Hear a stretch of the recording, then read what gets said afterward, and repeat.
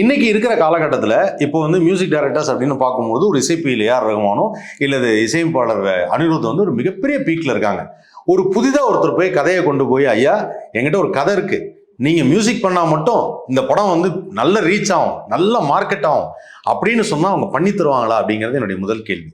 ஏன்னா இது வரைக்கும் எந்த புது டேரக்டரும் போய் ஏஆர் ரகுமான் சார்ட்ட உட்காந்து ஒர்க் பண்ணி, இப்ப லப்பர் பந்து எடுக்கிறவரே வந்து ஒரு புது டேரக்டர்னு வச்சுப்போம், ஒரு புது டேரக்டர். அந்த புது டேரக்டர் நேராக போய் ஏஆர் ரகுமான் நீங்க மியூசிக் பண்ணா படம் ஜெயிக்கும் அப்படின்னு சொன்னா ரகுமான் சார் பண்ணி தந்திருக்காரா ஃப்ரீயானா எனக்கு தெரியாது. ஏன்னா பெரிய ப்ரொடியூசர் வேணும், பணம் வேணும், நிறைய பிரம்மாண்டம் வேணும். அப்படி இருந்தால் தான் நான் அவருக்கு பே பண்ணணும் அப்படி. ஆனால் ராஜா சார் அப்படி கிடையாது. ராஜா சார் ஏகப்பட்ட பேருக்கு, இன்னும் சொல்கிறேன், நம்ம எல்லாரும் கேட்டு ரசித்த முதல் மரியாதை திரைப்படத்திற்கு ராஜா சார் பணம் வாங்கலைங்கிறது எத்தனை பேருக்கு தெரியும்னு எனக்கு தெரியாது.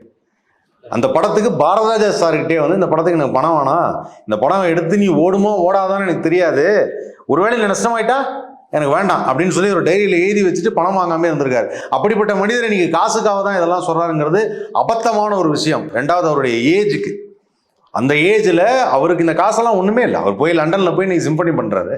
இந்த சிம்பனி பண்ணதே அவர் போயிட்டு நான் இந்த ஊரில் பண்ணலப்பா, நான் இந்த மாதிரி போய் வெளிநாட்டில் போய் பண்ணேன்னா அவருக்கு கோடிக்கணக்கில் காசு வரப்போகுது.